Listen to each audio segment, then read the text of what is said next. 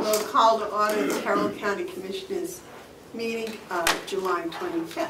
Would you kindly join me in the pledge?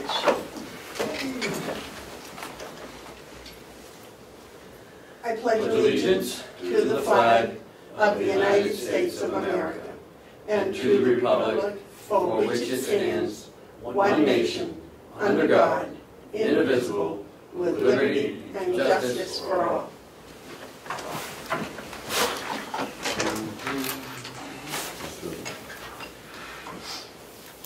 I await a motion on the minutes from July 18th. So moved. Second. Are there any additions or corrections to the July 18th minutes? If not, all those in favor say aye. Aye. Aye. Those opposed?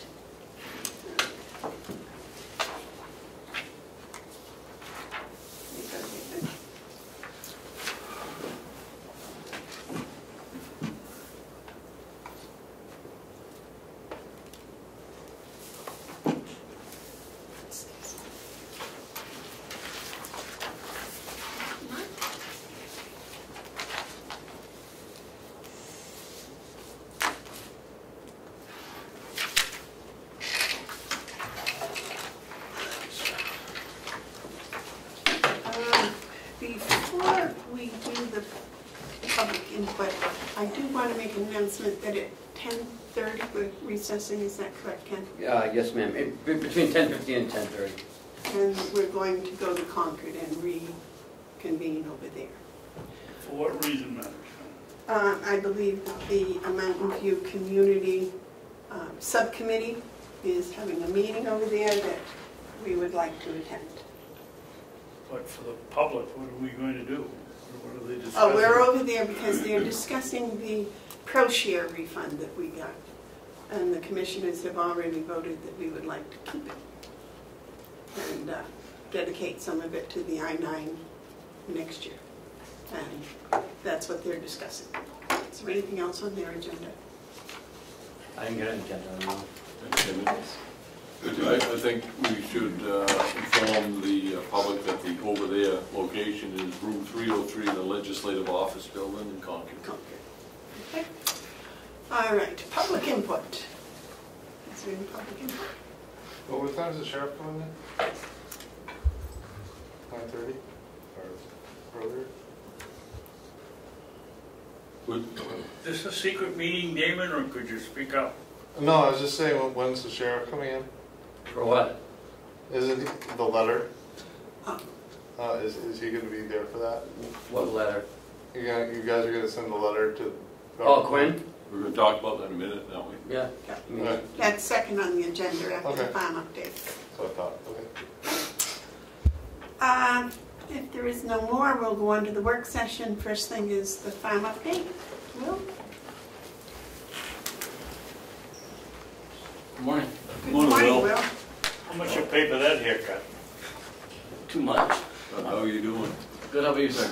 Good. I think Ken just wanted me to try to update you folks on how the hay season is going. So some numbers that I looked up this morning, we're not doing too bad really. We're at around 4639 for the amount of bales we put in so far this year.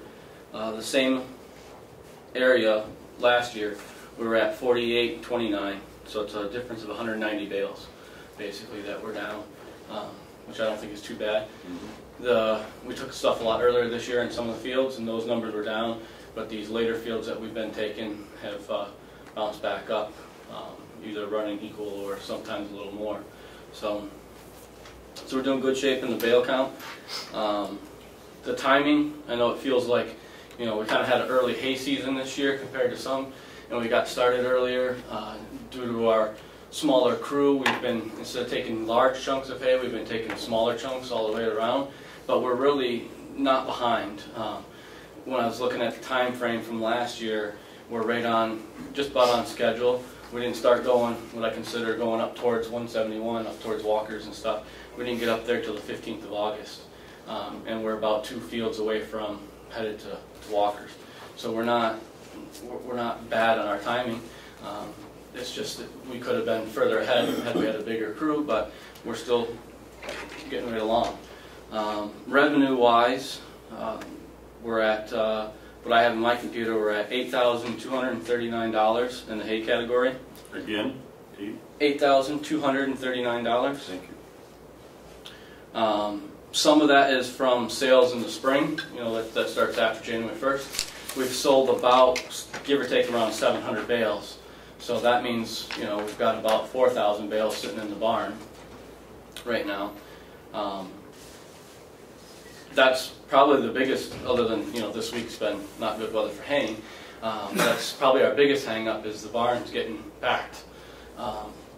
We haven't had as many orders this year for whatever reason coming in. So Cheryl was updating the website, and I was talking to Ken yesterday about putting it on Craigslist and try to find a few other places to advertise. We haven't had to do that in a long time, but this year looks like it could be one of them. And so that's kind of the wrap up of the hay. Just a little update on the wood, if you like one. Before you move to, you said you've had revenue of $82.39. Yes, sir. What are we looking at? What was our projections? 32,000. We're about 23.7 shy. But you got 4,700 in the barn now. Right. What's that roughly? Or about 4,000 in the barn. I take it a rough estimate of $5 a bale, give or take. So that's $20,000 in equity in the barn. Right, and I'm Inventory. yeah, and I'm figuring on the fields, you know, the optimistic side, that we got another 3,000 to 4,000 to put in the barn yet. Okay. Yeah. So I don't think we're doing bad. That's Well, I just think first you're cut doing too. I think you're doing well. About 2,000 in first cut, and then another, hopefully a couple thousand in second. So we're not doing bad. No. You know, we're just taking us, you know, keep plugging away at it to get it. But I think we're doing okay. Thank you.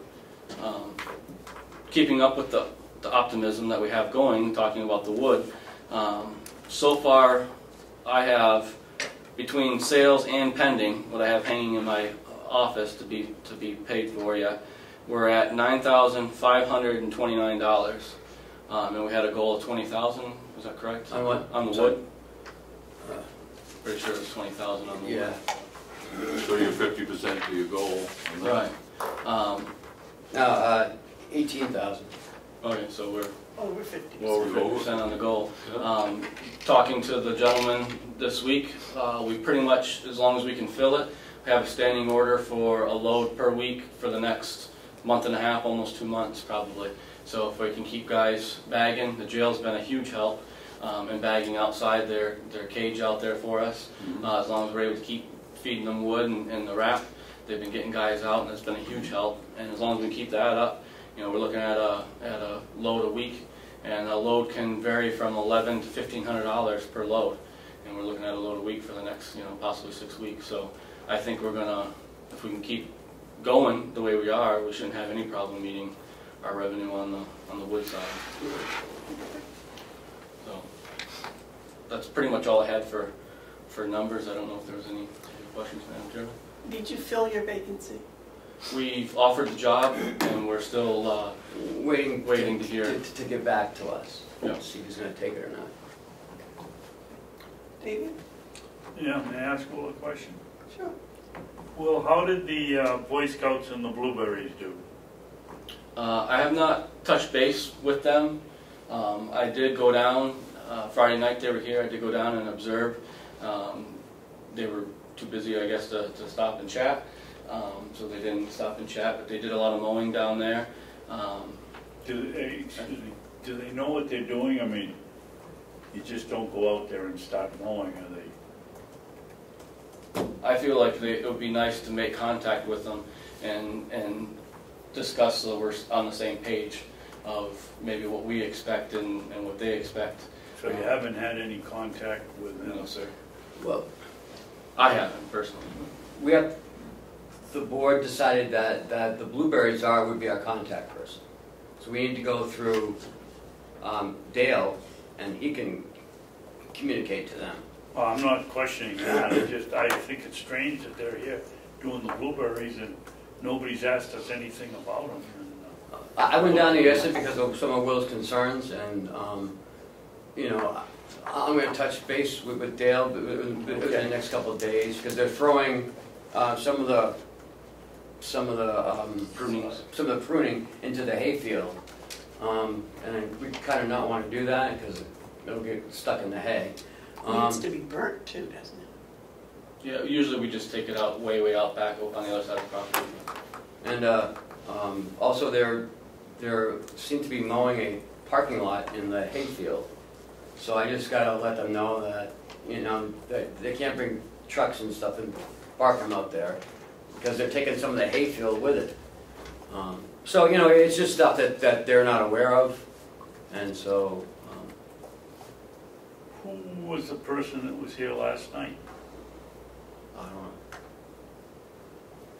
I don't know who was here last There night. was one person down there walking around the blueberries. I don't know whether they were picking them or just looking at the plants or what they were doing. Right. But we ought to have a little bit of oversight about what's going on down there. They can do what they want, but I don't know how you do it, but we ought to have some contact with somebody to find out what's going on. I'll call Dale and I'll have him set up a meeting with Will. I think that he was going to get a schedule as to when and who was going to be there, so that, because I told him I thought that was observed by the cameras, jail cameras. Yes, it is. So, you got a question, Mark? Well, Ken just stated what I was going to suggest, and that is have the Blueberry Field coordinator instruct him to make contact with Will and to coordinate anything to do with any of it with Will. But you already said that, so I don't even make that suggestion. I think it's, again, it's a link of communication.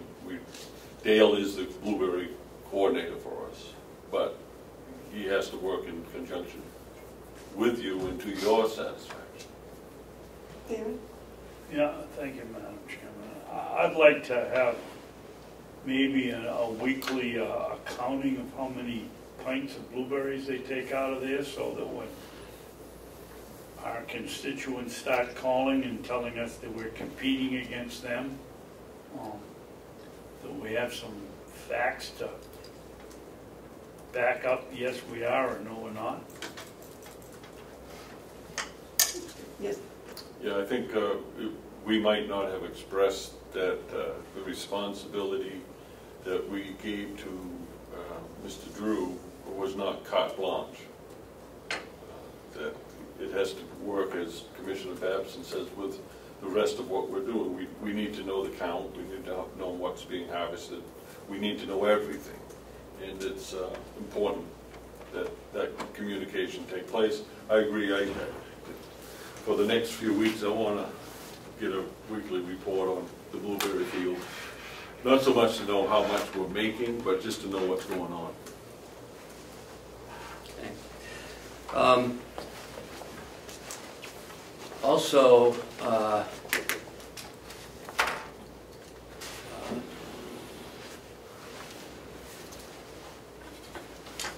You joining my club?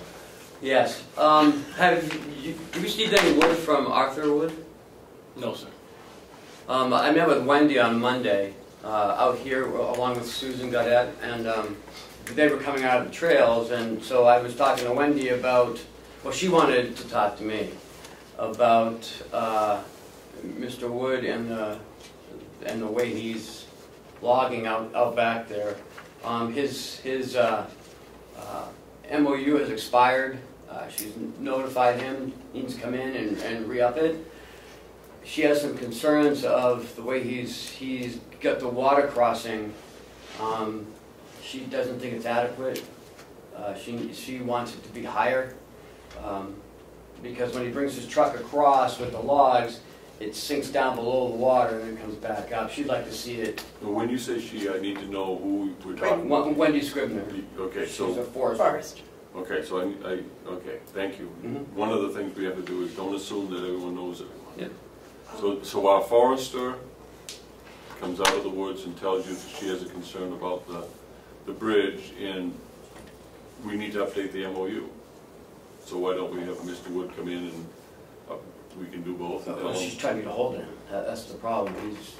He's doing 3 lots, I guess, and now the school wants their land cleared at the same time. So it's one adjacent lot is the school, our lot, and then there's 2 more lots that he's cutting, but he's using our road for the access. To other lots? Yeah. No, not without more information. I don't think Right, that's good and- business on our part, especially if there's no MOU in place.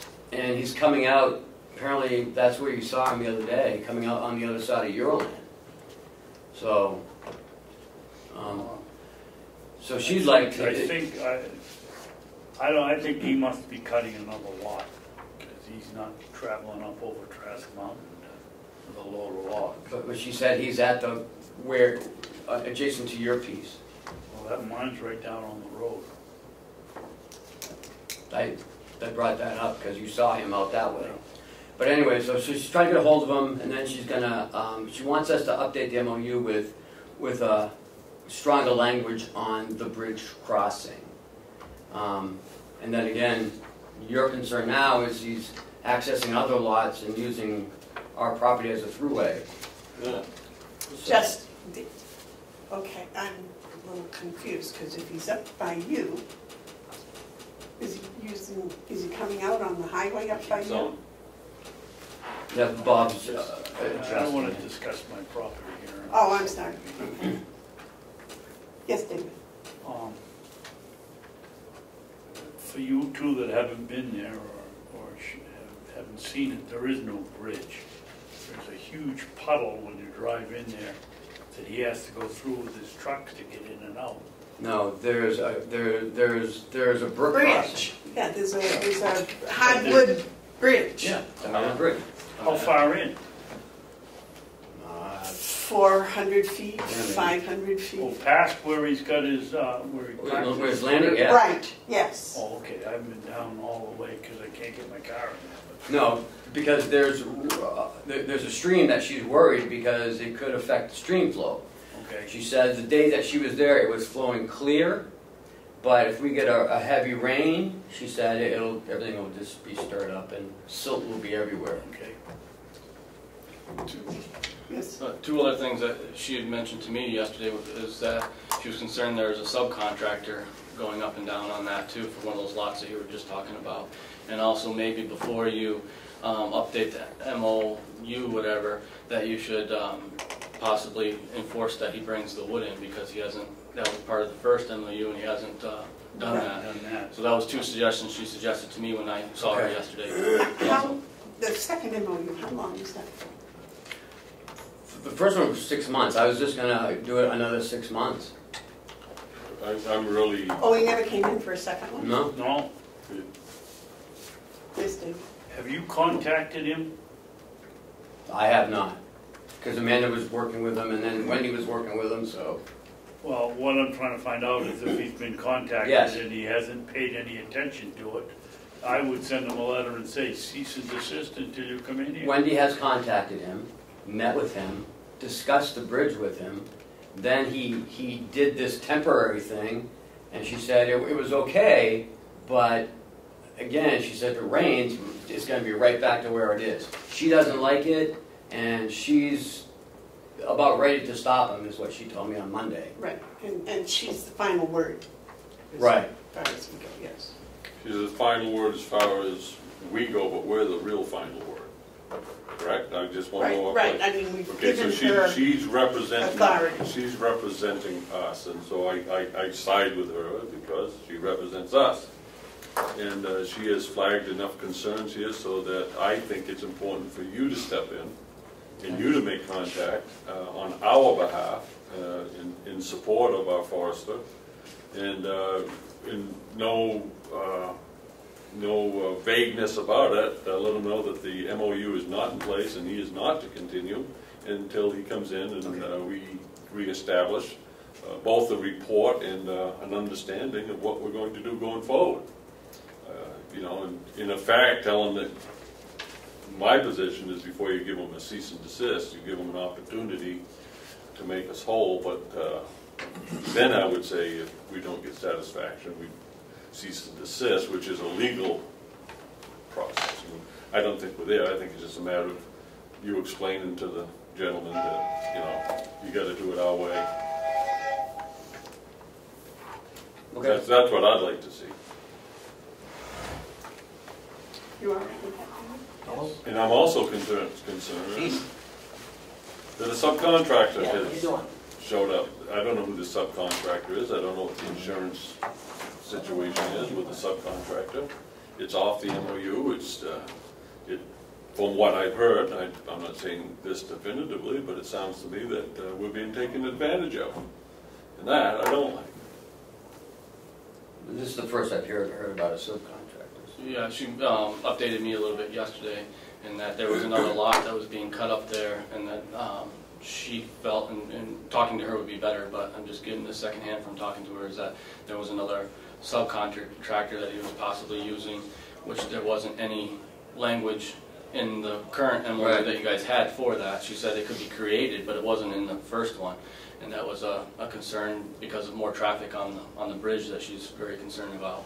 And then he's told her, I guess, that he had already brought wood to us, and he clearly hasn't brought any wood out here, so she thought that should be enforced before you folks sign another MOU to make sure that, you know, we How get much wood do we do? 2 truckloads. 2 truckloads. We have gotten so far, Zero. and the MOU is over. Yeah. Yes. I'd like to have them in here next week. Okay.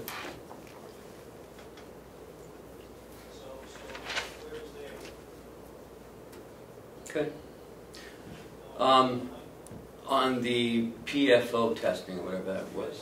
Yes, I'm almost done with that, the permit renewal part. We did have Eastern Analytical come out last week, pull the samples, and I talked to Mitch Locker, and that's just a one-time deal.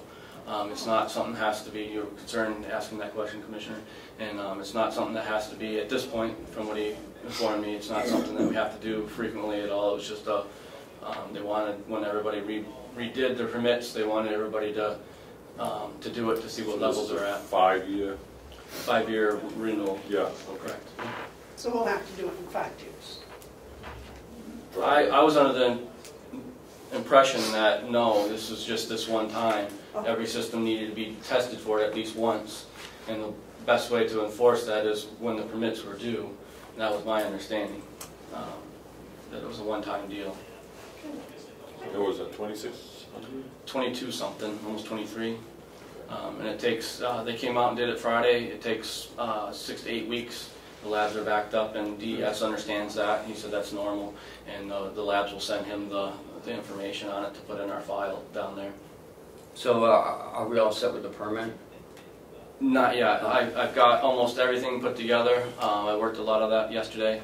I got to do up the cover letter, and then probably get with Cheryl to help me scan it so we can email it to him. Okay. He said they're moving forward down there to where everything is no more paper. Yeah. They want everything online pretty much. So When you talk to Well, you Wendy. did bad today. when you talked to Wendy yesterday, did she say anything about the tower? she said that's going good. That logger is doing an excellent job up there. I think she said that the next week or so that was going to be wrapped up. She thought it was coming to an end, and she'd made contact with them and said that that project was going really well. Yeah, because I think she had said that they wanted them to go out a little further. Oh, okay. OEM, Ossipee Mountain Electronics, Yeah. OME wanted them to go out just a little bit further. So, But okay, good. they seem to be doing good up there from her perspective. So Do we have to amend our intent to cut to do that? No, I don't believe so. I think if she did, she already did it. Okay. Anything else for us, Phil? no, ma'am. I got a question. Yes, sir. Last week, Commissioner Babson mentioned something about transporting your samples to North Conway. Oh, yes. Did you have a chance to talk with them to see if that's acceptable? I haven't, sir. I'm sorry. I That's will okay, work but on that. I think that there's a possibility for us to save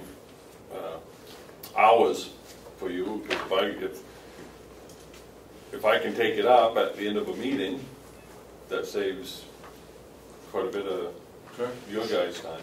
Sure. I'll give them a call today. I don't know if there's some requirement that it has to be there at a certain time, but I think asking them will be the, it's their lab and their schedules, and just making contact with them and see if it's possible. yeah.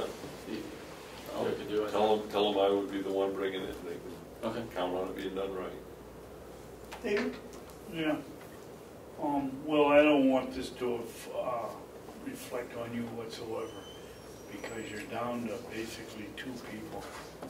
But, is there anything we can do about the goose crap all over the roads? People are out walking, and we can't shoot the geese, unfortunately. And we can't expect you to be out. Do we have a broom or a power broom or anything we could put on the tractor and sweep it out? Or We have nothing that would go on a piece of machinery. We have a power broom. We got to do it by hand or wash it. Right. And we don't have the time for that. Right. I was hoping to get the lawns done before I worried about that. Oh, Yeah. that reminds me, did you get a phone call the other day from the cemetery people? That one, I did get the one phone call. Did you want me to? So we received a phone call the other day from the Ossipee Cemetery trustees about the Papa Cemetery not being done.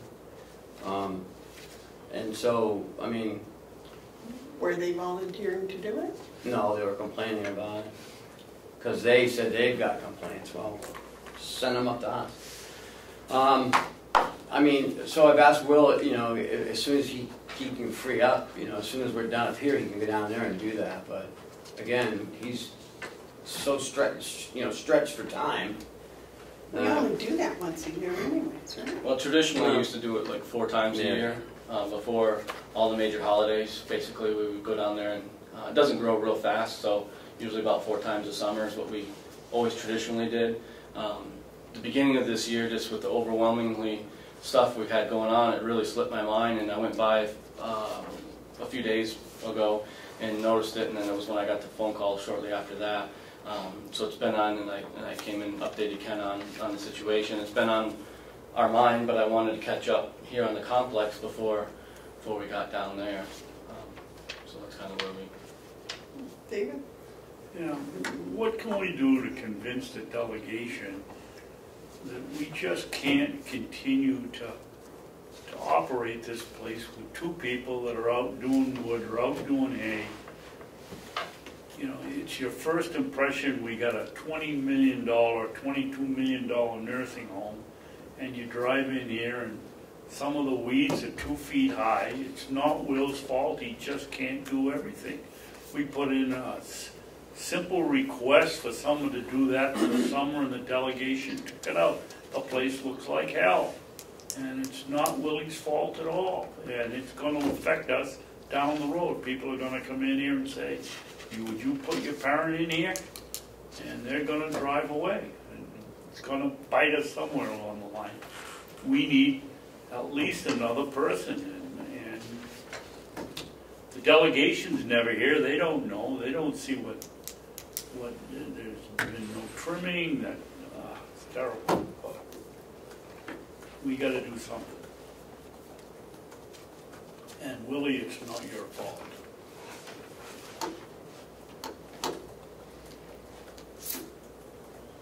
I believe that I had requested funding for the cemetery 2 years ago and was told to do a GoFundMe.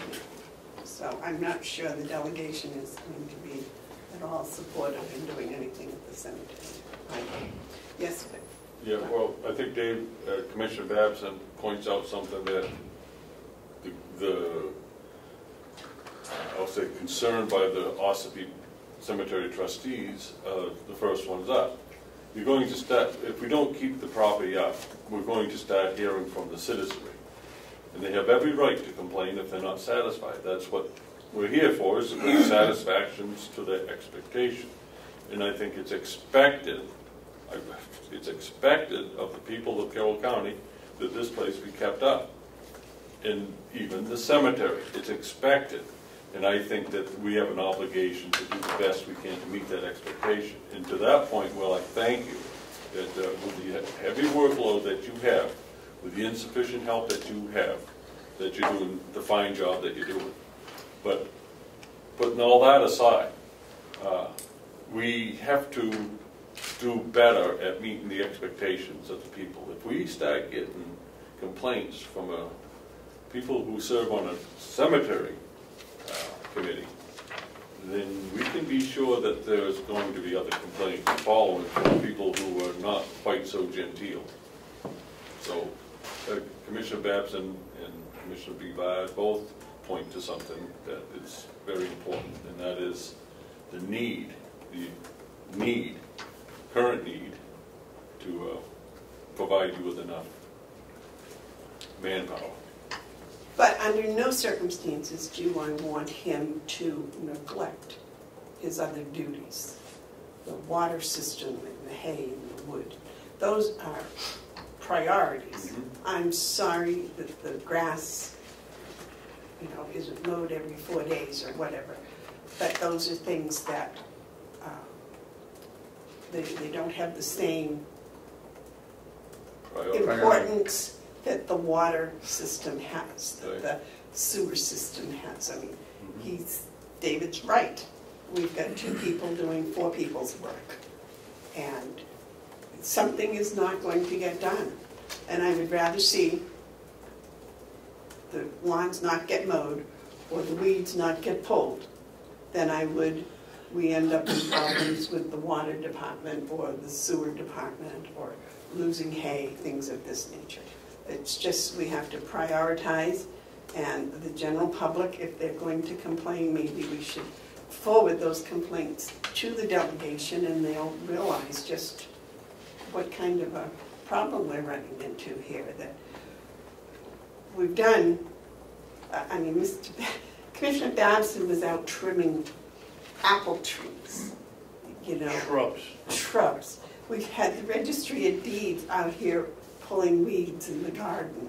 Planting a garden. The flowers. And so, and there are people at the nursing home that pull weeds when they go, it's just ridiculous that we're trying to do 4 people's jobs with 2. And I think Commissioner Babson was being generous when he said 3, because I think it takes 4 people. But, yes, the neglect, no, I won't call it. The prioritization. The unwillingness of or at least a majority of the delegation to see that we need people to work the fields, but we also need people to work in the house, the office. This is a habit that I'm seeing, that the delegation insists that we get things done in a frugal manner, and to assure that we don't spend any money, they don't give us the resources to meet what they expect to take place. There's a serious disconnect on how they can expect us to do the things that they will insist that we do, but don't provide us the means by which to do it. It's an odd thing to me. Commissioner Babson. Well, I don't want to quote Chairman McConkey verbatim because I can't remember exactly what he said, but he guaranteed us that without the money, all the work would get done anyway. He was sure that it would get done. And it isn't getting done, and it isn't Will's fault, it isn't Mark's fault. You just can't take care of 900 acres and the assets we have with 2 people. Well, not to keep going with this conversation, but just to put a perspective, in the last 2 years, we're at a 50% reduction on staff and about a 75% reduction on inmate labor compared to what we used to have up to 2 summers ago. So just to add to your point of putting it in kind of percentages of what we've lost. And it would be one thing if we would experience austerity and we had to, we didn't have any means but we can do everything we need to do and not affect the taxes at all. You know, we got surplus. It's like, what are we doing?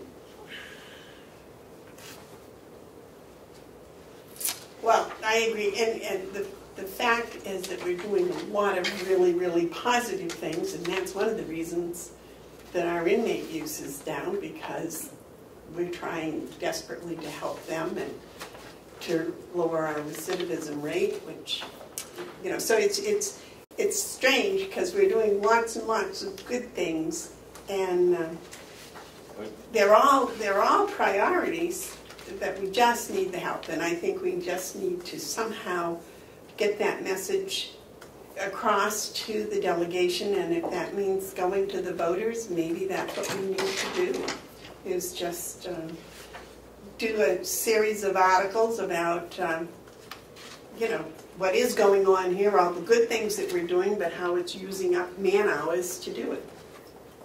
So you know, speaking of priorities, and I don't want to, I could go long, but we got to get to our agenda, but the priorities is really strange.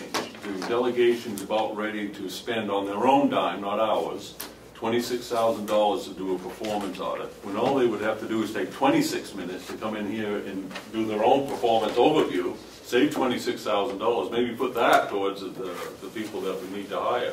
Or a summertime help like they took out. Right. So it's really a question of priorities, but we have an agenda, George, and I could go on, so. I think all three of us could on that It's particular frustrating, you do a subject. good job. Thank you, sir. Are you all set with me, man? I am. Thank you, Will, so much. Willie, thank you Enjoy the very- rainy day tomorrow. Thank you for the good job you do. Thank you, sir. It's a team down there. A team of two, though. Still a team. Can't do it all by myself. Okay, the next thing is the letter to Assistant Commissioner Quinn. Oops, he left.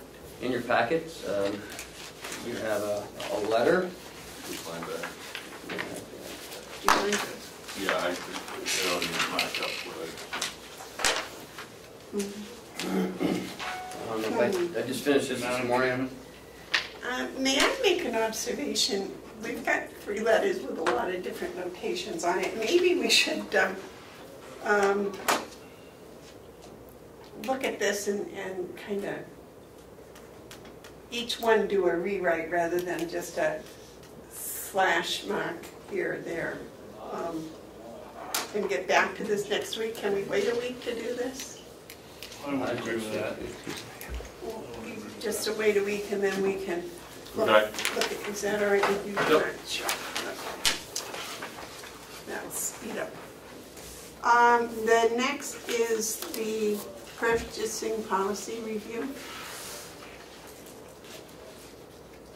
Were there any additions or corrections or comments? Yes, sir. Madam Chairman, I don't make the agenda up, but Sue's here for something, and I'm going to have her sit around all morning. I don't know what she's doing. Susan, Dale asked me to attend, for what purpose? just for a quick update regarding the blueberries. Oh, well, please do come. We should have. Oh, we should have. I wasn't Will sure here. whether I should speak up or not when Oh, Will was please talking do. about it. Yeah, because Well, you're the one picking them last night. It wasn't me. No, but she made the most delicious blueberry muffins. You should see that I didn't make them today. Next I was time. going to say, where are they? I know, next time. It was a last minute Are you just teasing us invitation. again, Madam Chairman? Mr. Oh, we Drew have an apologizes. MOU about Blueberry Blueberry muffins. muffins. Someone must have missed that. No. Next time. So, good morning. Okay, so the update is, Yeah, so what I do know, they picked on Thursday or Friday, and they sold out in 30 minutes at the Tamworth Farmers Market. What are they charging? $5 a pint, $8 a quart. What's everyone else charging? I believe $5 a pint, $8 a quart. Thank you for that. They had 18 quarts they sold. So they gross between $144 and $180. how many? 300? $144 to $180 depending on how they sold them. Okay. And they intend on going to the Jackson Market and the Conway Market. Were there local farmers also selling blueberries at those markets? I believe so, but I'm not sure. I will check. Yes. When they're selling the market, are they identify themselves as Boy Scout troops? Yes. Are they noting anywhere that these are Carroll County blueberries that they picked? Sorry, I didn't think of that either, but that is a good point. I think that they should. Yeah. I think when they go to these local farmers market, that they show that this is a coordinated effort between the county and the Scouts. I mean, you could have Minuteman Press or anyone make up a banner even to do that. That's the type of thing that will promote this into the future. I think that was the intention, but I can't say for sure that's what occurred. Would you I will. relay that to Dale? I will. I'll speak with him after the meeting. Thank you. And I took notes of the concerns regarding the parking in the hayfield and the clippings and so forth, so I'll share that with him. And I'm going to go take a look before I leave to see what it looks like from this. Any other updates? Well, Ken spoke about Wendy and I coming out of the woods the other day. I walked with her the proposed site they had several years ago for the handicapped access trail. And it's just to the, if I've got my directions right, just to the west of the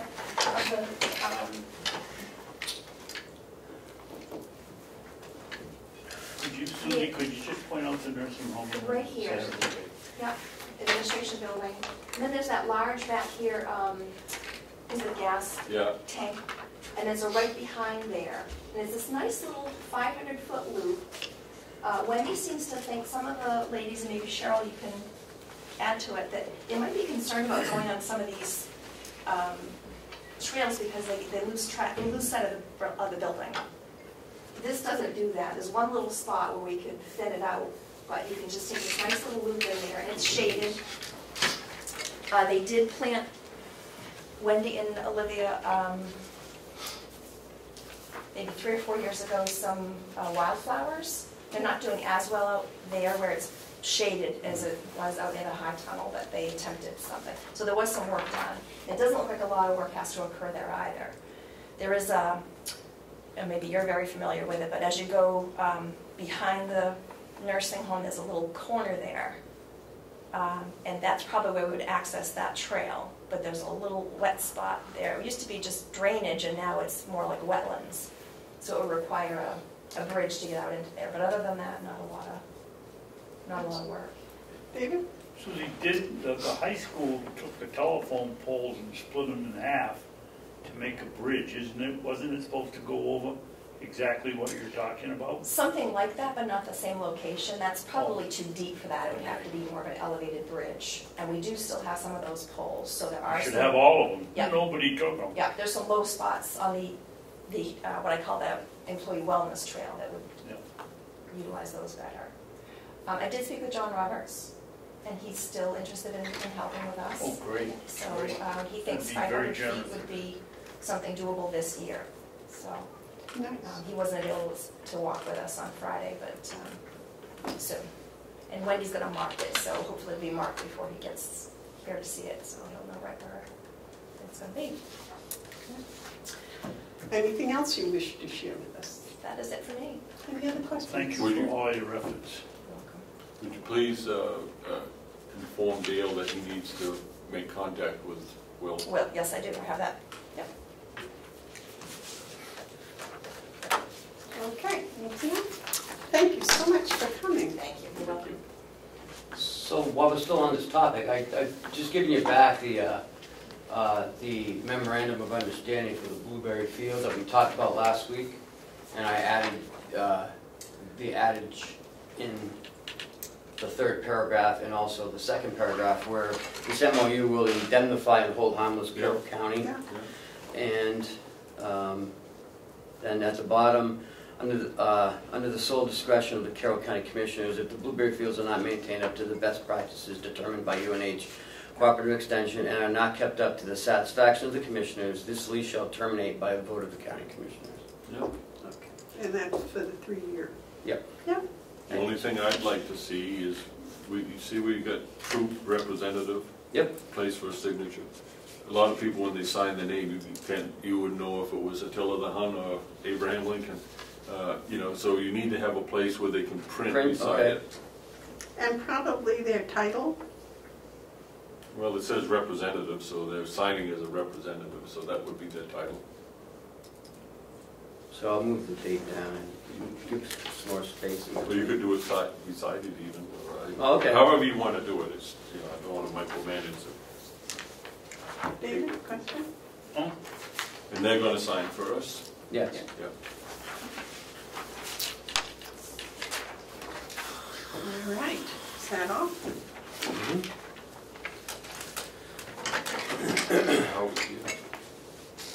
Shall we skip the policy reviews and go to the per diem rate? Madam Chairman? Yeah. Maybe we want to give Sue a copy of this. We haven't signed it, but at least they'll know where we're coming from. It's pretty much the same one as before, except they added stuff. Could you send this to me electronically as well? Oh, yeah, Yeah. sure. Thank you.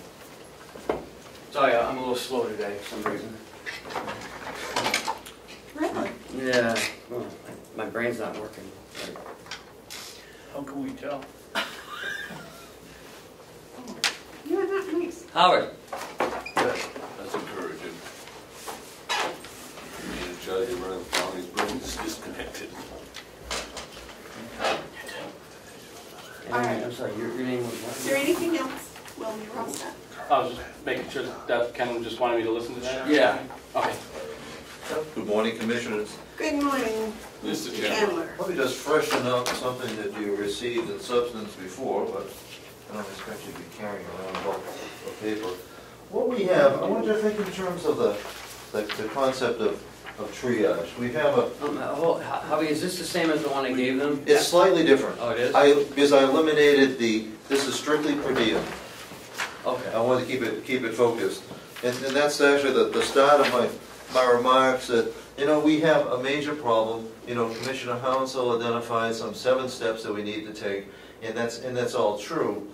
But the concept of triage is that when you have a big problem and you have limited resources of time, you allocate them where it can have the most good immediately. Doesn't mean not taking care of the entire patient. Right now, where we're able to have the greatest impact because of the complications with collective bargaining is with our non-union staff, our RNs, which we dealt with previously, and also our per diem LNAs. Yeah. It's not solving the whole problem, but it's doing what we can do short term. It's not turning our back on the fact that we have some underlying and fundamental issues with both nurse recruitment, retention, and rates, but some of those things need to be negotiated. Quite frankly, they need to be negotiated as part of the union, and we look forward to that, but we can't do that quickly. So what we have before you is what you've seen before. The part where the per diems hasn't changed. What we're looking at is proposing to you not only changing what they get paid, but the terms under which they work. So it does 2 things. Our biggest problem is weekends. Well, if we had a per diem that was willing to work every weekend, she or he would get paid more money per hour for all the hours they worked as a bonus if they actually worked what they signed up for. So this is also an attendance incentive. So their hourly rate doesn't just go up. They get this bonus if they do what they say they're going to do. So Howie, explain to them what usually happens. What usually happens now is under our regular staff work every other weekend. Our per diems are only required to work 1 weekend a month. They actually are required to work less. And they get paid more, but they don't get paid benefits. So, but the problem is, you know, sometimes people will work and then they'll take other time off. We have a call-out problem. Sometimes people, when they do you a favor by covering for 3 shifts during the week, well, they've kind of made their money for the week, so it's easier for them to call out at different times. This rewards the people who make the greatest commitment.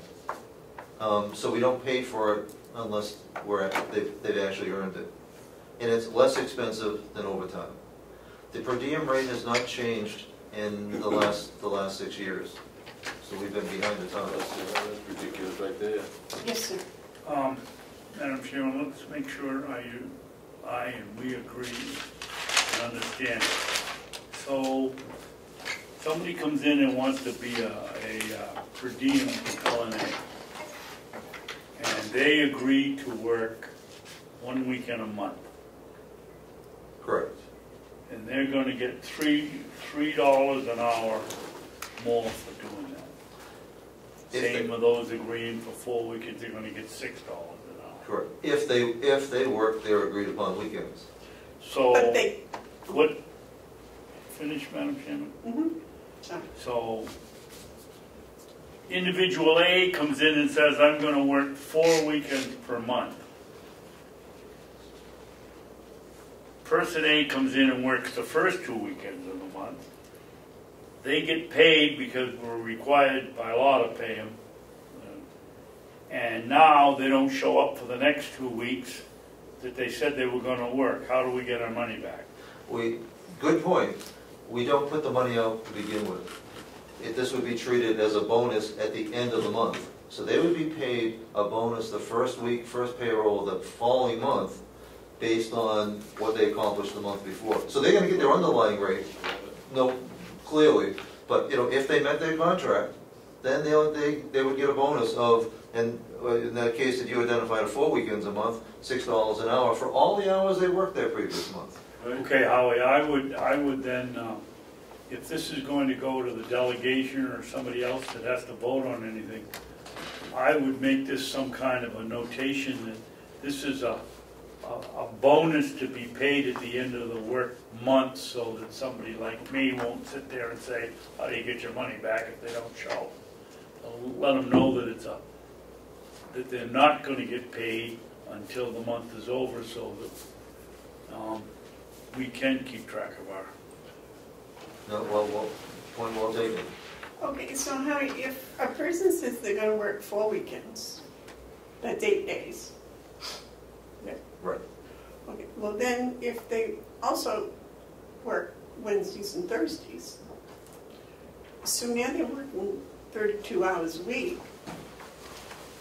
and at the end of the month, that's 128 hours, and they're going to get 6 times 128 hours Correct. at the next pay period. Correct, as a bonus. So 128, so.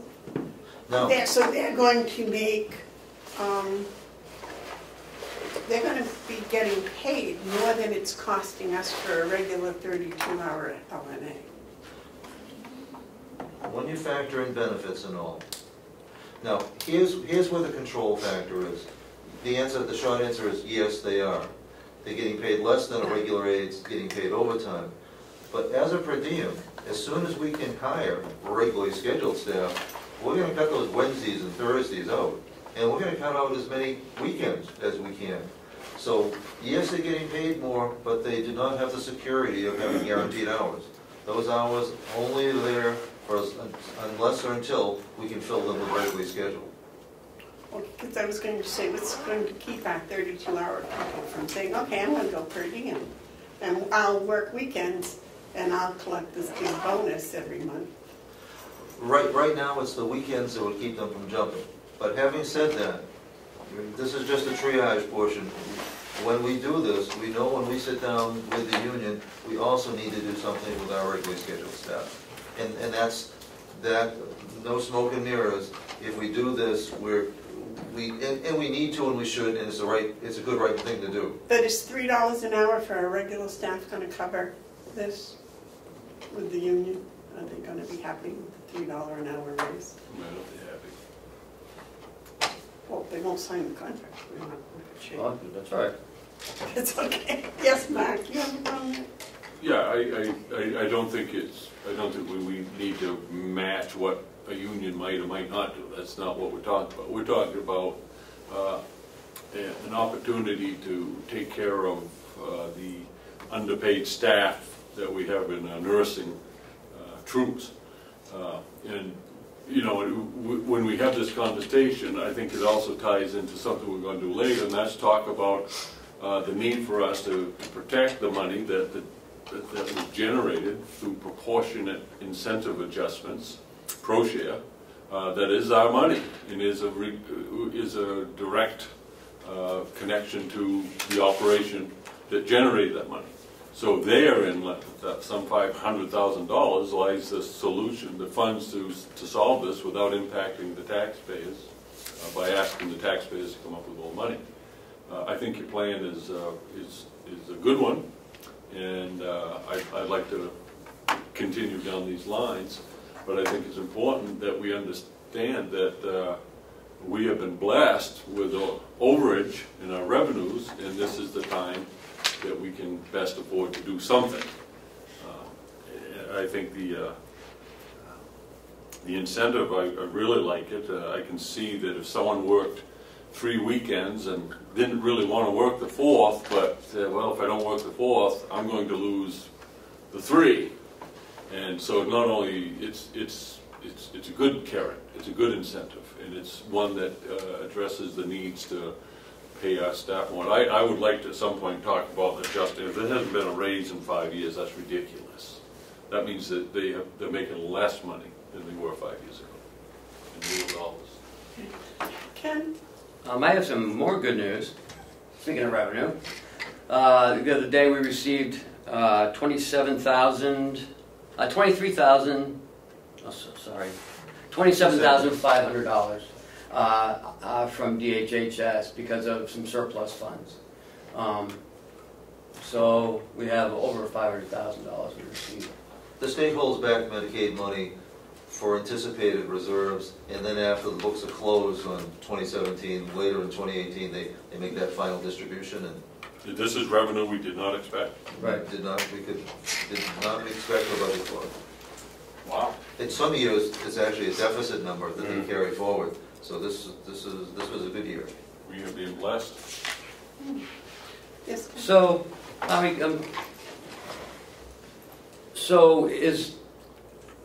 are we just looking at the per diems for the weekends, or?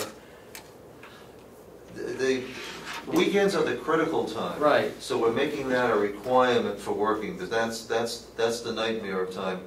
We would still use them as needed throughout the week, although it's easier to replace them with regular staff, perhaps even at overtime, at a lesser rate during the week.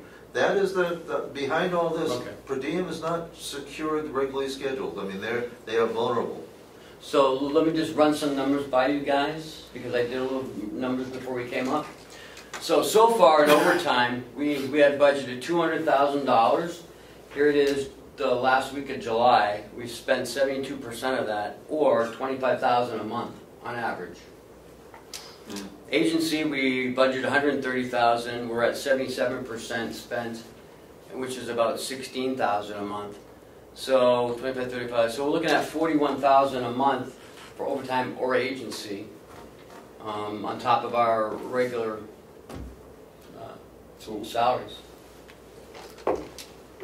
So what stops us from, if we should all come to agreement here, which we haven't yet, but if we were to, what would prevent us from just going ahead and implementing it? I don't see anything preventing at this point. I mean, We have the money in the budget. What we are, one way or the other, we could be possibly looking at a shortfall come November, December, where a line item transfer would have to be requested from the delegation. We're not at that situation now. Whether it's fair and reasonable to advise them, that's a commissioner decision. Okay, this is for LNAs only, right? Per diem LNAs. Yeah. Per diem LNAs. So, Per diem non-union LNAs. Correct. oh, non-union. Yeah, because they're per diem, they're non-union. If his figures are correct, what I remember from the payrolls that I've seen for agency nursing, we could actually save some money. Is that true? we don't use agency for LNAs. I don't think we have this year at all. Yeah, no, yeah. Okay, so all the agencies are just for RNs and LPNs? Yes. And we made the recommendation to increase the RN Right, rent we there. took care of that. So none of that agency money is for LNAs? No, it's all for nursing. Now, overtime is. Overtime goes down to Right. LNAs. Okay. And overtime happens to equal just about what per diems would be getting paid, even with the increase. Yes. I like the track that we're on. There's some things that I would like to consider. Maybe we can also bring this up next week, because it's gonna take more time than we have. But thing I'm thinking is that we have the money in the budget, that we ought to, and we don't need delegation approval, we can do it here. We ought to increase the rate from $13.50 to $14.50 an hour, right there. That shows good faith. Madam Chairman, excuse me, point of order. Could you ask the people in here to shut off their cell phones? This is a meeting, and every single week that happens. Turn off your cell phone, please. Thank you, I'm sorry, Mark. Oh, I was guilty of it last week, I'm sorry. All right, well, okay, can I have the floor back? Yes. Okay, so I would, this is what I'm thinking, and again, I think we need to talk about it next week, but to take the $13.50, immediately take it to 14. It's non-union, we don't have to go through negotiations. That's the right thing to do. And to compensate that increase is to take your proposal on the 4A and take 50 cents an hour off each one. In other words, $2.50 for the one weekend, $3.50 for 2 weekends, $4.50 for 3, and $5.50. That's the 50 cent. So, I like this track. I think it needs fine tuning. We don't have the time today, but It's going in the right direction. it is going in a very good direction. So by going the extra 50 cents, that would be per diems, period. Right. But I think the purpose of the going with the weekends is we wanted the weekend people. So I almost think that leaving the 50 cents for the weekend people as a reward for the weekend people. Again, I think that's something we need to have more conversation, and I'm just keep looking at the clock because I know we have an appointment. Could we schedule this on the agenda for next week and give us all some time to think? I could schedule like a good half hour, 40 minutes. So we can Yeah, talk and about this. how we can come back and we'll all just kind of fine tune this. How do the per diems feel about this, Howard? Well, it's an interesting question. The reason, and what it does, it protects our existing per diems. We can't afford to lose one person. So if somebody wants to stay exactly like they are, they're able to stay exactly like they are. It doesn't punish them. They have to work one weekend a month now anyways. So if they want to stay the way they are, that's fine, but it now incentivizes them to pick up more weekends. So they have to work one weekend a month anyway, so they're really going to make a $3 an hour raise Correct. from the beginning. I understand, Okay. but it's also the base rate. David, you have a question? No, I just have a statement since we're winding this down and we're on the tape. I want to just commend Commissioner Hounsell for the letter that he wrote on our behalf, or his behalf, to the delegation. It was a terrific letter. Thank you, Commissioner. I'm looking forward to the three of us going down and making sure that we can speak clearly about our positions that have been stated and our positions that will be hopeful.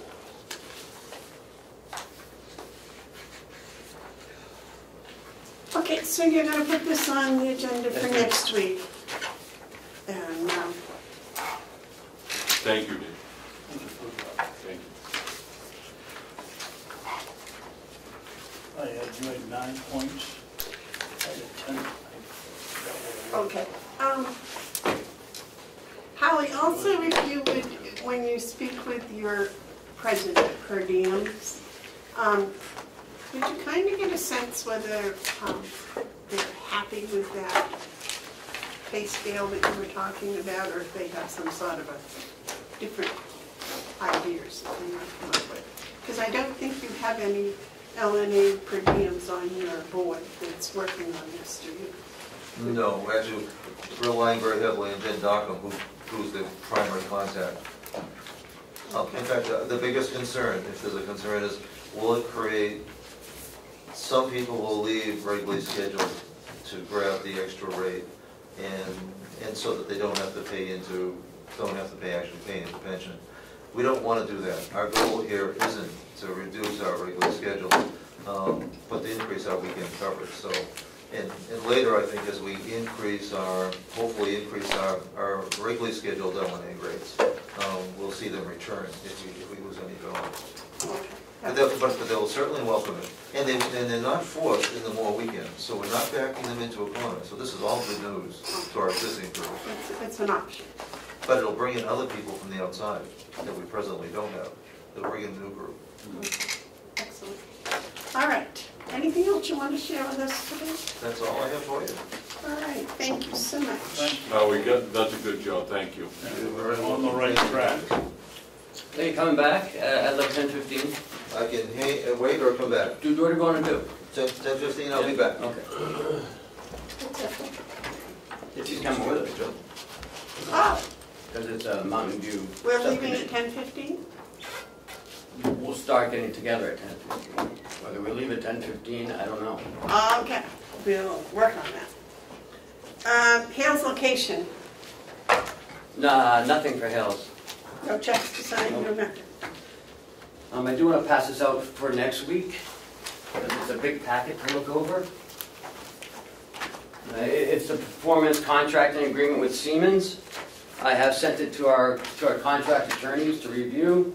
Okay, I'll need to send in some part of that. Yeah, so that's why I'm going to give it to you now. Yeah, Okay, so should we go back to the policy reviews? Well, I'd rather get the rest of my stuff I need to hand out to you guys, and then, if we have time. I didn't bring a folder. There's a federal lawsuit going on that we're part of. We are? Yeah. Well, we can be if you want us to be. If not, then apparently the last 3 years, 15, 16, and 17, the federal government did not give the entire pilot amount it was supposed to give out. And so the federal government owes payments to municipalities. There's a form I had to fill out, which I have, and I want to know if the board wants to move ahead with this or not. I mean, it's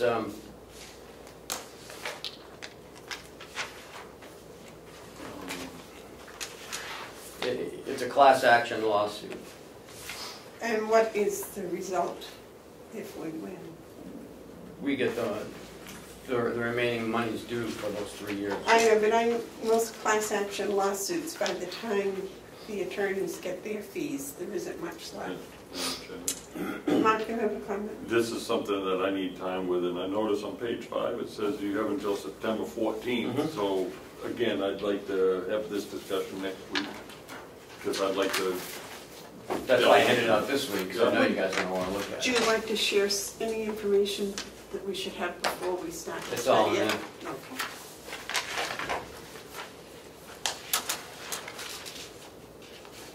What were we supposed to receive the money for? What was the reason, never mind that we got shortchanged, what was the payment for to begin with?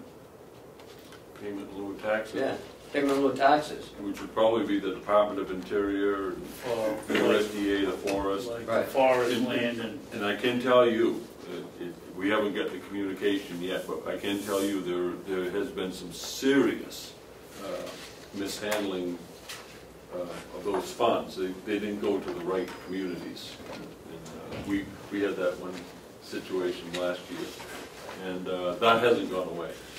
And I need a week to find out if that's tied to that. This could be Part of that. could be substantial, I would think. For this county, because we have a national forest. That's why I think it could be. I know graphic gets a ton of money. All right. Any other administrative updates? Yes. So I talked to you about the Arthur Wood Stream Bridge, the Blueberry lease. The Mountain View Community Subcommittee meeting today.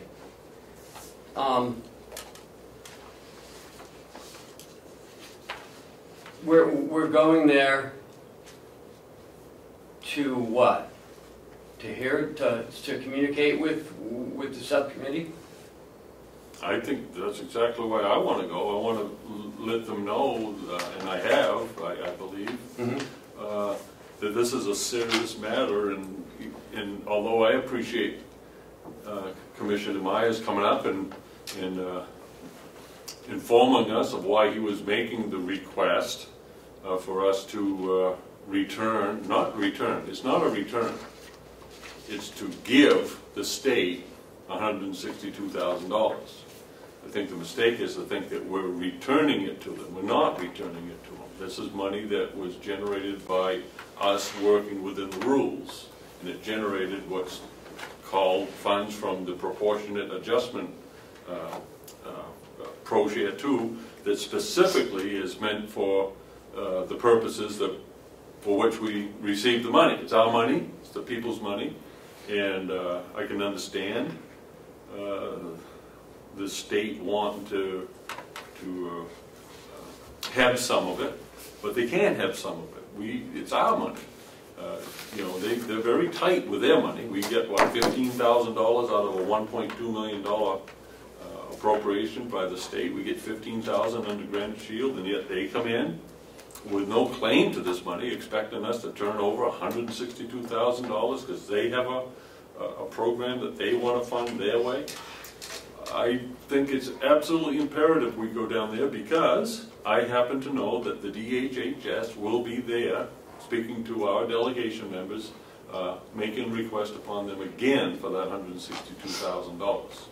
My understanding is Mr. Lippman will be there, and I think some of the things that he might say needs to be heard by us with our own ears, and I also think if it's contrary to what we believe is best for the county, we should be there to counter that. So, I'm not sure what to expect, but I know when we go down, as polite and genteel as we will be, that the delegation will have the subcommittee will have a full appreciation of what a $500,000 windfall represents. And I guess that's why I'm going down. So let's just talk really quickly about what the delegation does. They make appropriations, and they raise taxes, and they can do performance audits. They can't make you guys send money back to the state. Right. I think the reason I am going is because the Board of Commissioners voted to keep this money in the county, and next year put in our budget a request from the delegation for an appropriation of $162,000 to give to the IDN to be used in Carroll County. Now, so we want to use revenue from this year for next year? Yes, sir. We might, but I think what we have here is a wonderful opportunity. You get something like $500,000 that you didn't expect in revenue. Just like anyone, there's a temptation. You have to resist the temptation to have a burn hole in your pocket. You can spend $500,000 a lot quicker than you can get it. So what we have is $500,000 that really helps the Treasury tremendously. It represents 3% of what we tax the people, over 3%, 3.2% of the amount of money that we tax the county taxpayers is $500,000. So we have, just at this point, this is the reality of it, we have, all things being equal, an opportunity to return over 3% of the tax revenue that we raised this year. We have that opportunity. Now, does that mean that that's the wise use? I don't know. That's what we need to talk about. But we also have, without increasing taxes a dime, the funds available to hire our administrative assistant, to get someone to work in the fields, to do the pay raises that associated with the unions, both the sheriffs and the nursing home, to do the feasibility study that everyone except us seems to have forgotten about, and other things. You know, this is an opportunity for us to get caught up on those things that need immediate attention. Raises for the non-union nurses. All of these things are right there waiting, and I just am really concerned that some on the delegation will be willing to turn this over to a state agency that said they will return it to us in one form or the other, maybe, hopefully, if it works out. Why would we do that? What's the incentive of giving the state $162,000? I want to hear what the subcommittee might feel about that. And I read that letter that you wrote. That was, Commissioner Babson, didn't give it enough justice. But there was one mistake in there. Representative Marsh stated that we need to send it back for them to match it. The money's already been matched. Right. And so it doesn't need to go back to the state for it matched. It's been matched already. And that is my problem with agencies in general, not Mr. Lippman in particular. Agencies in general. They will say things like that without having it all panned out. Yes, as a match, but we've already got the match. So is there going to be two more match? I mean, if they can say, if the DHHS will go on record of saying if we send them 162, they guarantee they'll send us back 220, then there's something to talk about. But if they're not going to give that guarantee, and they won't, then I don't think it's good business. But we aren't going to know until we go. Right. That's why I think we should go in person and so I think discuss it next week. From what I understand in our conversations, I think we're all pretty much in agreement that we're not just going to hand over this money to the state. We voted not to. And you're right, Ken, the delegation can make their recommendations, but I think we've got to be careful saying that appropriating money is all they can do. Because we know from experience, just the nature of the thing, that if you tweak their nose, they'll cut it somewhere. They will somehow use their authority to appropriate to not appropriate, just to send a message. And I think that those days need to be over. I think the delegation has to work with the commission, and the commissioners need to work with the delegation in order for us to smoothly do the things that the people expect. And that day's coming, but I'm not going to sign a check for $162,000 to send to the state if there's no advantage to Carroll County tied to that act. I'm not going to do that. Okay. In the essence of time, because we need to be ready to leave around 10:50. If we could go back to the agenda, which I believe the county attorney is here to discuss the county travel policy. Am I? Yes, come right up. Thank here. you. My understanding is that I was here to discuss my vehicle requisition, but Okay. I am happy to discuss the travel policy as well. How would you? Well, there's no vehicle to requisition at this point, so I was under the impression that there was issues with the travel policy and we might be able to work through it. I would love to work through it. And I don't know if the commissioners were included in the email chain where the travel policy, just for clarification because I know that we're being recorded, I should say that the county attorney's office has a travel budget which was appropriated by the delegation. Ordinarily what happens is that when there is travel relevant to our constitutional and statutory obligations, we submit reimbursement for that. That reimbursement is then issued by the commissioners to the county attorney's office as is statutorily required. On June 14th, we were sent an email indicating that there is a new travel policy that is being implemented, and that we would be expected to comply with that. Within an hour of receiving that policy, I sent an email to the administrator indicating that it was problematic for my office to comply with the policy, and that obviously I respect the commission and will always respect the preferences of the commission. But as a policy, it is burdensome to the county attorney's office, and in some cases runs afoul of my constitutional statutory responsibilities, which I don't think that the commission can do to my office.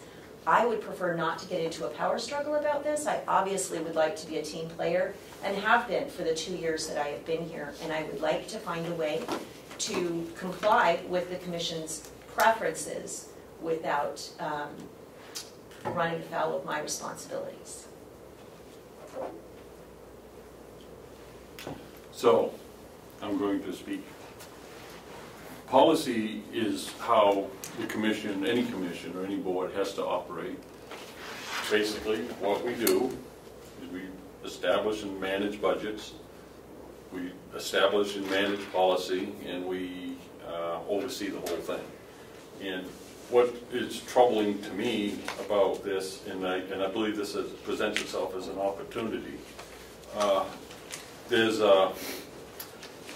it's obvious that people are upset because the policy does upsetting things to the way we do operations, and I certainly can appreciate that. And I don't think any policy is supposed to do that.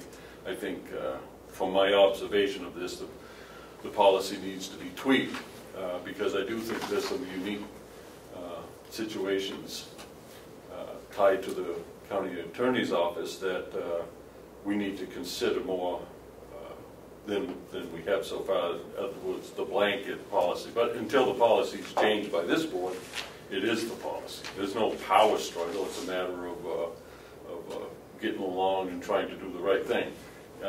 Ken in the office, they're expected, and they have, and I thank them for it, to make sure that the policies that this board sets are complied with as best they can be.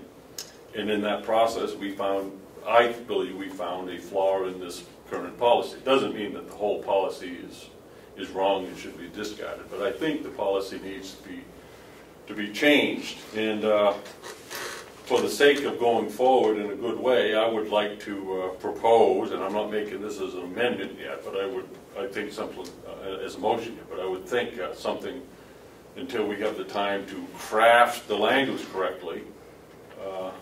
And I really want to hear what Commissioner Babson thinks about this process before I go forward with it, is that for the time being, and I think we need to put a time on it, like a 30-day time, this policy as it pertains to the county attorney's office is suspended. And that gives us time to coolly make the adjustments that we need to the policy. David? Yeah, Madam Attorney, how does this policy interfere with the operation of your office? Well, I think there are two things. One is the authority of the Board of Commissioners. I just want to ensure that I'm understanding. The Board of Commissioners believes that it has the authority to impose a policy on an elected official who is not an employee of the county. Is that correct? In some instances. Okay. And in this instance, you do. I just want to clarify so that I understand what I'm addressing. I believe that we have the authority to establish countywide policy for all employees, even if it encroaches upon the constitutional office of both the sheriff, the county attorney, or the registrar. Now, having said that, I do think it's important for us to be mindful of what is expected of those offices. Okay, let me. And as far as the county attorney, can you point to the constitutional provision of that office specifically? I can't recall it. Under the Attorney General. We stand in the stead of the Attorney General here in the county. But specifically in the Constitution, it mentions sheriffs. Is there any specific language in the Constitution that specifies county attorneys? We do have constitutional responsibilities with regard to yeah, but that's not the question. Is it in the Constitution, the words of the Constitution, does the word county attorney appear? I don't believe that it does, but It we do doesn't. have constitutional responsibilities with regard to prosecution. I think that We everybody have can agree on that. constitutional responsibility as far as administrating. I'm not in the argument with you about that, and I Okay. don't think that this is the forum for you and I to have this Okay. discussion. I want to clarify, because you said you have the right to impose policies on the employees. Is it the Board of Commissioners' position that the county attorney, the elected official of county attorney, is an employee of the county? Is that your position?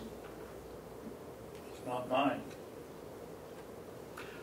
The sheriff has always not been because he was an elected, so I would assume that the three commissioners, the registry of deeds, and the county attorney, and the sheriff would be exempt. I don't believe that that's legally accurate. I believe that if you get a IRS form, if you're employed in the same manner that other people are employed. You're just employed in different capacities. So I would say we're all employees of the county, all of us. The Department All of Labor elected exempts officials. us. Huh? The Department of Labor exempts elected officials, just so you're aware. But I'm not talking the Department of Labor. I'm talking about, you asked, do I think that? I'm just trying to... I believe that we're all employees of the county, yes. Whether the Department of Labor agrees with that, I don't know, but I believe that. Can we get back to Commissioner Babson's question? Yes. And I did answer that. I answered it within, I think, an hour of the policy coming to me, is that the policy as written, it cannot be applied in my office at all times. I absolutely understand that this is the Commission's preference, and I will be happy to address it as a preference. And we have complied with it when we can. We have tried to be mindful of the Commission's preference. Follow-up, David? My question was, how does this policy interfere with the work of your office? Would you tell us so we can have it on the television, Sure. what it is? So I think I went through that in writing, but I'm happy to go through it You said again. that twice Right. now. What is your answer? So my answer is this. We have travel responsibilities that are related to ongoing investigations, that are related to grand juries, that are related to meetings with victims, which are not public under 91A. Those, to release that would not fall under 91A. So in order to comply with your policy, I now have to, in advance, tell people where I'm going and how many miles I'm traveling. And that, to me, interferes with... Do you not want me to finish? No. Please finish. Ken. I just want to make it Please right. finish. All right. So it interferes with my ability to comply with those law enforcement responsibilities. It's important to remember that the county attorney is the chief law enforcement official in this county. This policy is not being imposed on the Sheriff's Department. The Sheriff's Department doesn't have to indicate to the Commission or to the administrative office where they're going, even though they're using county resources, who they're meeting with, or what they're doing. And yet, we are being asked to do that. The Department of Corrections is not being asked to do this. Only my office. This policy uniquely impacts my office. And I would also like to say, if I may, that I have worked very hard in the 2 years I have been here to try to have a good relationship with the Board of Commissioners and with the administrative office. And this policy was sent to me on June 14th. Nobody talked to me about the policy. Nobody asked me how this would impact us. It was simply sent to me, and I was told to comply with it. And I was disappointed that nobody thought to talk to me about this policy prior to implementing it and telling me that it needed to be enforced. It's my belief it was implemented a long time ago, but maybe not actually enforced. David, you had a follow-up. Yeah, could you tell me in the policy where it asks you where your employee is going? Yes, when we go downstairs to take the county vehicle, we have to sign it out, we have to put down the mileage, we have to tell them where we're going, and we have to sign it back in. Mileage doesn't tell you anything. And I haven't seen the sign-out sheet. My impression was that you had to call and just see if the vehicle was available. That Well, doesn't say where you're going It or says who that your I'm business. leaving the office, A. B, we don't always have the time to do that. There are times when I... Easy. That's Okay. rude. Please don't. I will try to be as respectful as I can. Oh, I'm sorry, But it's apparent that my office is operating with very limited resources for the amount of cases that we have. We've had situations where we are going right from the courthouse to a meeting. We don't always have the time. We don't just sit there in my office. We are going all day long, and in my view, our time would be better spent focusing on victims and law enforcement and not on carpooling. We're back to the policy itself is what we were discussing here. And part of the policy that you seem to object to the most is the asking for the vehicle. Is that? Well, I think that it's being imposed on one law enforcement agency. No, but that, just to the policies, it applies to you. Yes. One of the hardships that you feel that's running afoul of your office is the pre-notification that you want the vehicle. Yes. And that you might have to give a destination. Well, we definitely have to tell you how long we want the vehicle. I think that those are, all of those things All right. are burdensome. Here's the thing, this, you can sense it. It's not healthy, it's not getting us any places. We don't want to have log jam conversations like this. We don't want this to be a power struggle, but yet it seems to be moving that way. I'd like to make a suggestion, and no, I'll make it as a motion because we got things to do. I make a motion that for 30 days, the policy on travel as it pertains to the county is suspended, as it pertains to the county attorney's office is suspended. And that's my motion.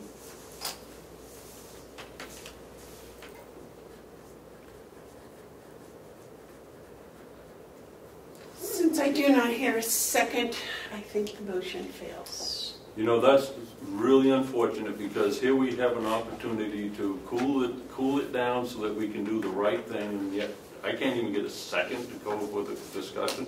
Madam Chairman, I would like to make an apology to the county attorney that at my urging she came in to try to work with us, and the reluctance of this commission to work with the county attorney will only fuel more discord, and I am sorry for that. I apologize to you. Okay, now I would like to make a motion that a member of the Board of Commissioners and the county attorney and the administrator meet to write a special travel policy for the attorney's office.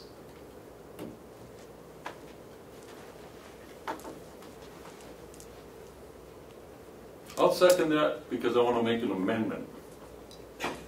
Okay, motion's been made and seconded.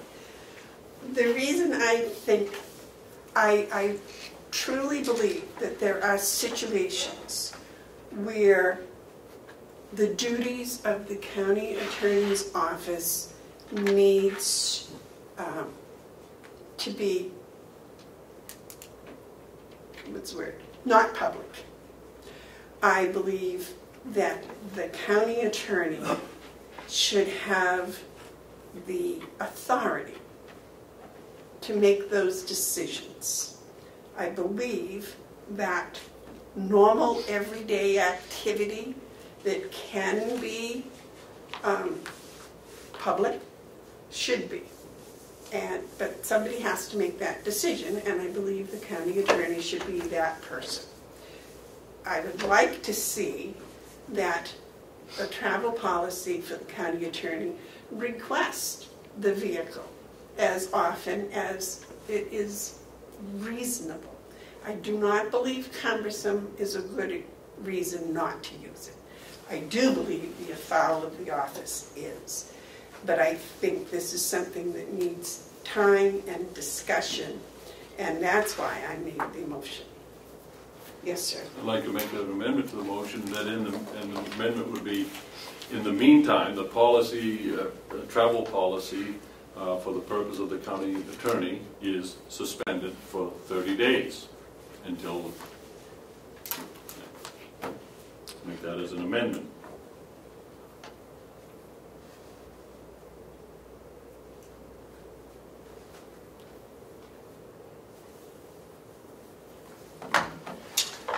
I'll second the amendment.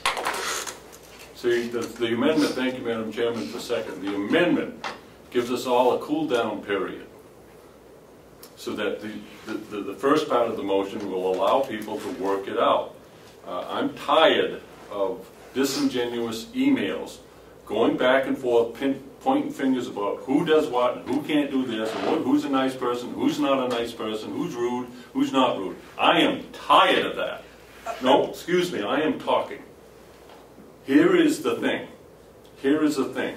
We have an opportunity to make something better, but it's going to take time and it's going to take patience, and it also has to come to the point where everyone is kind of relieved and step back a little bit. What is the harm of suspending this for 30 days so that we can work it out? It allows the county attorney to go forward with her duties. It allows us to develop better policies to serve the public. It is the way to do business. To sit here and have everyone just be so darn mean to each other is tiresome, and there's no need of it, and I'm not going to put up with it. You vote up or down the amendment if you want, but, you know, we have a responsibility to be decent to each other, and I'm tired of all this meanness. Thank you. Stop looking at me in that tone of voice. Do you have a comment, Mr. Bevard? Yes. I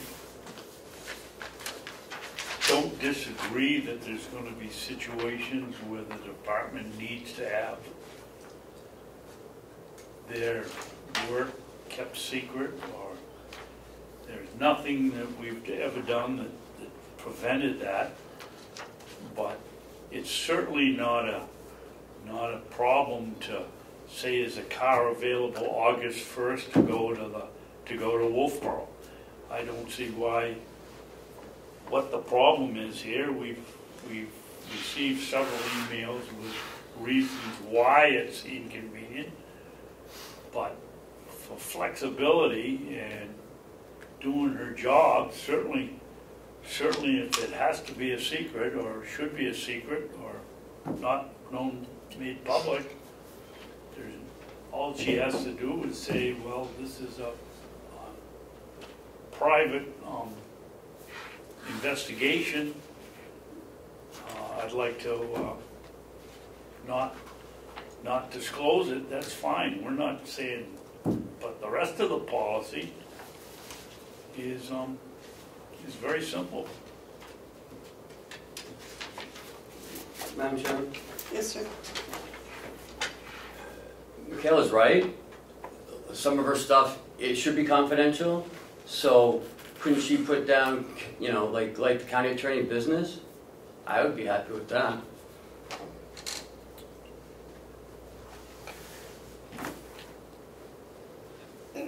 Michaela? All right, so thank you very much. And I agree with Commissioner Hounsell that we should be civil, and I appreciate that.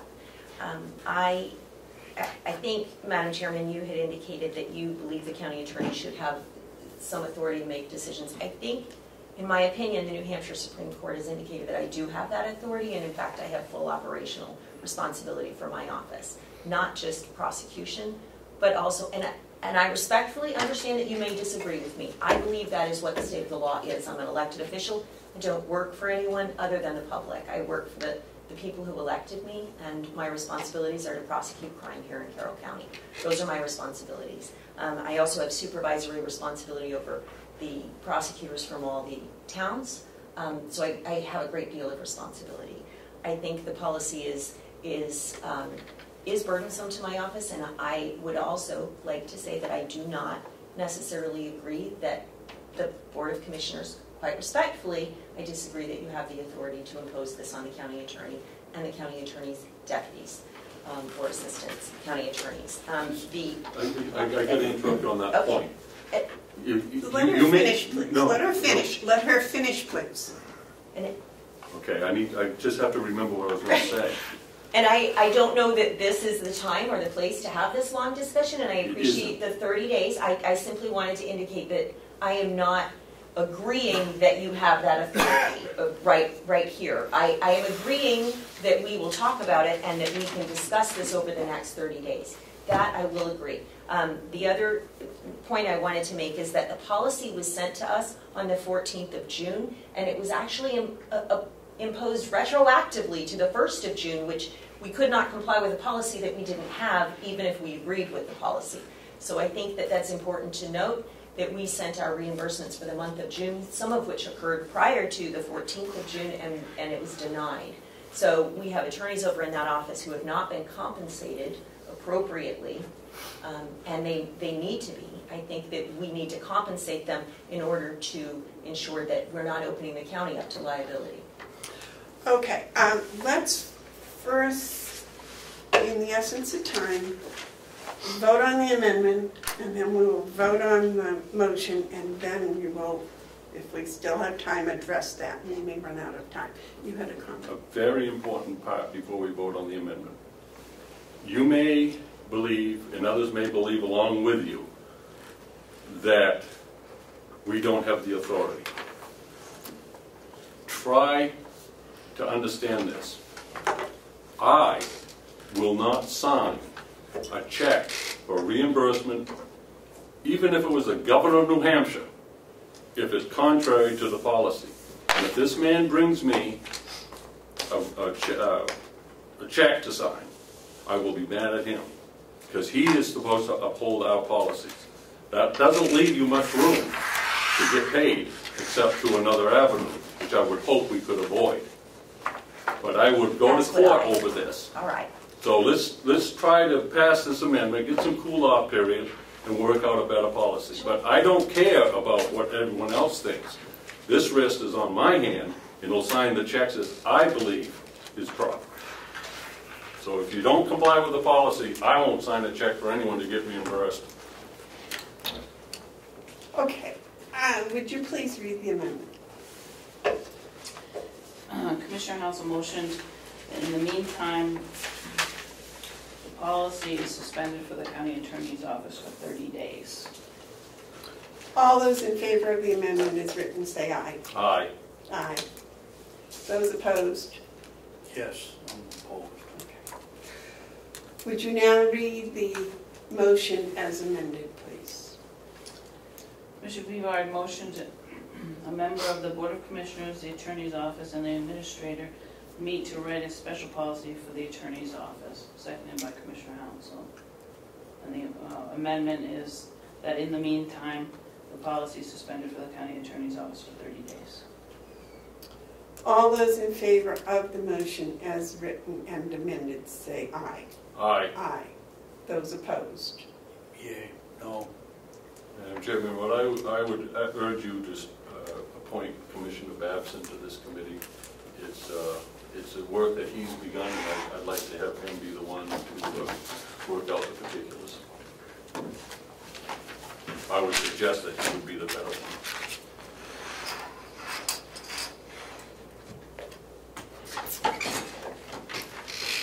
I'm going to have to think about that appointment. I'm just, if Mr. Babson can guarantee me that he is unbiased in his decision making. No. Yes, sir. I respectfully decline the appointment. I feel very strongly about this. I feel that we are responsible for the budget, and that the county attorney has the right to, in no way are we telling her what cases to prosecute, where she can go, what she can do. I could not be biased in this case. Unbiased, excuse me. Okay. Madam Chairman, Yes. I just would like to speak to that. I think that makes him the perfect person to work it out. He is not a biased man. He is an opinionated man who puts a lot of thought into what he has to do, and I'm sure he sees that we have a problem here. proposal would be best served with his attention to it. But he has declined, so, I need to think about that for a week, I'm sorry, to see who to appoint. I just need to think about that. Well, I was about ready to make a motion that we appoint Commissioner Babson, but he wouldn't second it, so never mind. All right. Good luck. Okay. Hopefully we can all say that we are now on speaking terms. So let's process those requisitions. Get Okay. that out of the way. The policy's suspended. Do we have time to discuss whether to pay those checks for the month of June? Yeah, we do. Okay. Do you have a comment to make about that? No, I think we suspended the policy. All outstanding requisitions for reimbursement should be processed. We just suspended the policy. That's why we did that, so we could get that out of the way so we can move forward. Well, I thought it was for the next 30 days. I didn't realize it was for the past 30 days. But, Well, if she resubmits, then it's going to be paid. That's what that vote did. I'm not going to... I truly believe that people should be reimbursed for what was done. I think that this needs to be straightened out. The people need to be paid. I do believe that I would sign checks with reservations, but I would sign them. You also agree that you would sign checks? We suspended the policy, so I'll adhere to policy. If there's a legitimate reimbursement that goes through the process, it gets to me, then the policy allows me to sign it, because it's been suspended. After 30 days it isn't, unless you come up with different language. This comes back into effect, so you got a window to fix it. Signing the checks puts the other stuff behind. We haven't had it for 200 years. We can go another month to try to come to some sort of pleasant conclusion to this. Do you have a comment, sir? No. I think we need to go. That resolved the issue. Yes, you know. I got one other thing, Yes, sir. not with Michaela. Thank Okay. you. Thank you, Michaela, you. for coming. Received an email yesterday from Melissa Siemens. Looking at the county website, I do not see any 2018 delegation meeting minutes. With the new website, should I send them along in Word or in PDF format for posting? We haven't had 2017 meeting minutes. You had, I'm very reluctant, and I think it would be very inappropriate for us to assume that minutes have been approved by the delegation. We know that they are when they sign them, and we haven't had signed minutes from 17. So I don't think it's appropriate to put unsigned minutes on the website. I think that is a risk of confusing the public. When we have signed minutes, then we know that these have been approved and these are going to be they're proper to include them. But you know, until they're approved, they're drafts, subject to omissions and errors and all that. When they're signed, then we know these are the final documents. Cheryl, do the commissioner minutes go on before they're signed?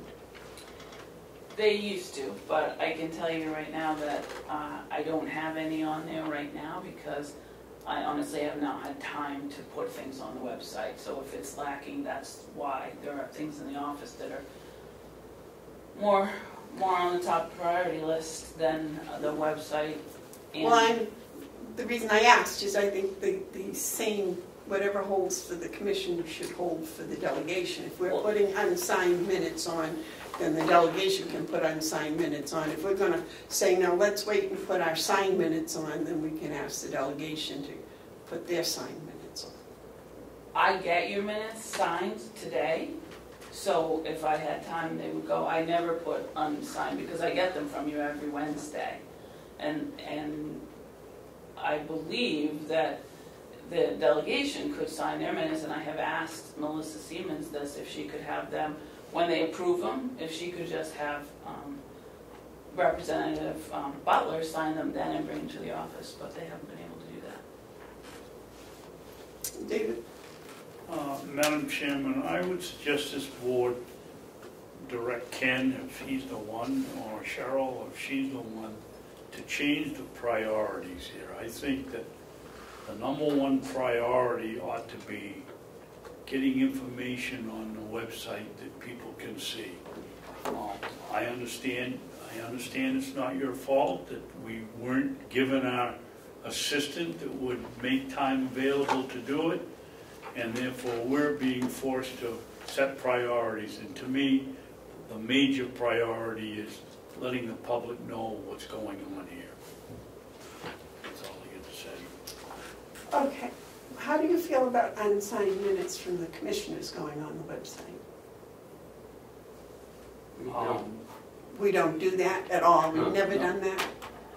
Many You know, years ago. if we're signing them, they can go on. If she doesn't have the time to put them on, people are gonna start calling us, your website's no good, you don't put the Well, stuff no. on it. No. I And we understand, have to change that. but my question is that we should request that our meeting minutes not be put on the website until they've been signed, approved by us. Well, we sign them, and if it were a priority that the meeting information gets on the website before we do something else downstairs, then there would be no question, because we sign them on Wednesday.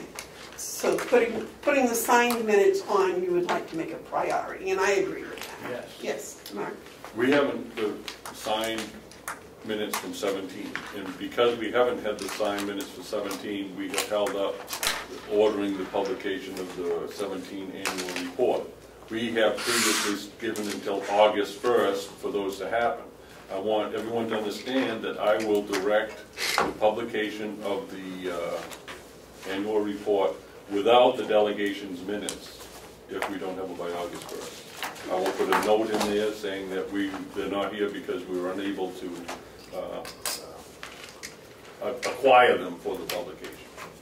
Have you shared that information with Melissa Siemens? I've shared this several times to Representative Butler, who's a clerk, who I communicate to. I'm a commissioner. I communicate as a clerk. I feel my obligation is to communicate with the clerk of the delegation. On the other hand, I do know that Cheryl has made several requests for these minutes. I don't know why. I'm not going to say why. I'm just saying we don't have them.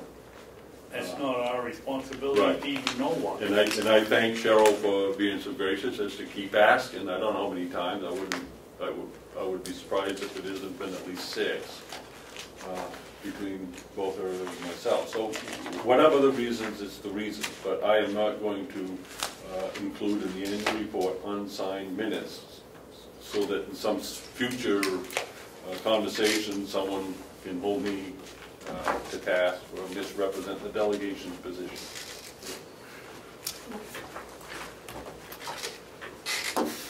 Should we recess? Well, I'm thinking it's time to recess. Mhm. Okay. We are going to recess for reconvene 12 o'clock. 12 noon at the LOB 303. Yeah, they're on. In Concord. All right. Thank you. And the LOB stands for Legislative Office Building. Legislative Office Building, that's correct. On that- State House.